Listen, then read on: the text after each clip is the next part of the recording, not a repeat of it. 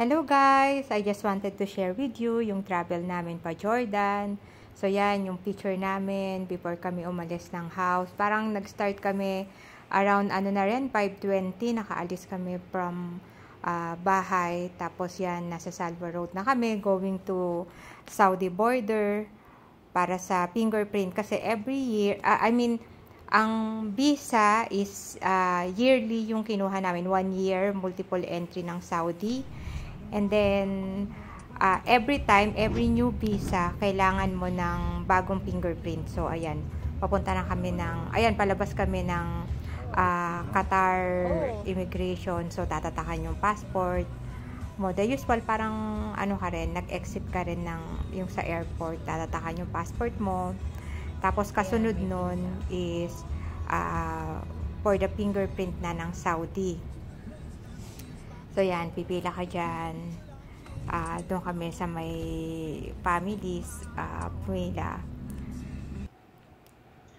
Diyan. Tapos, may mga pupuntahan ka doon. I-check kasi yung sasakyan. Tapos, yan, binigay yung QR code. Yun yung gagamitin mo. Yung papel yung gagamitin mo para maka-exit. Walang mag-a-assist sa'yo. Dyan. Tapos, i-scan mo lang yung QR code. Tapos yan, going to Saudi na kami. Sa Saudi immigration.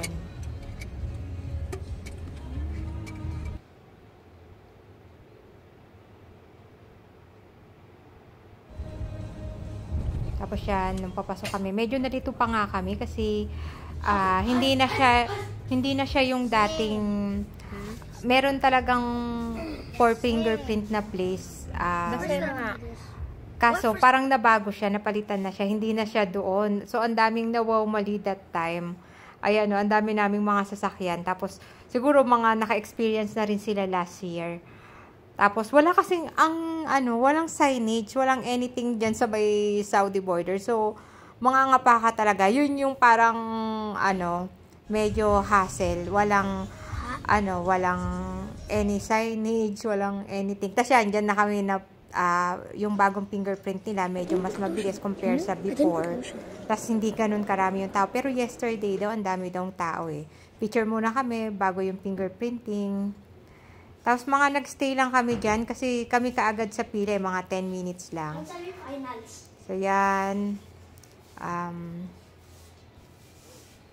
yung mga dala-dala namin, medyo marami.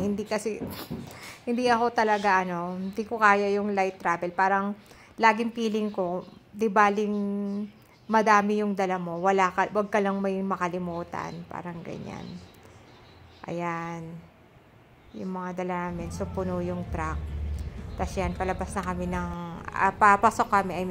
na kami ng Saudi. Tapos dyan, mag-aantay ka, sasabihin kung saan ka pipila na line kasi pabubuksan sa'yo yung sasakyan, tatanungin sino yung mga kasama, ano yung mga dala-dala mo, pero hindi naman binuksan yung sa amin. Yung mga kasabay din namin, hindi binuksan.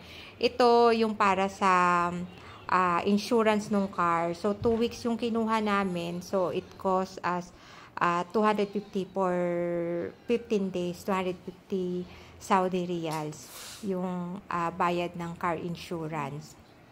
Tapos yan, nasa loob na kami ng Saudi para pupunta kami ng Buraida. Tapos from Buraida, doon namin tutuloy yung travel namin para sa Jordan. Kasi medyo malayo din yung travel. Parang 22 hours din. Kung tuloy-tuloy, wala pa yun yung mga, sa borders and immigration. So, yun, kung pabarin ka pa right side ang, ang daan.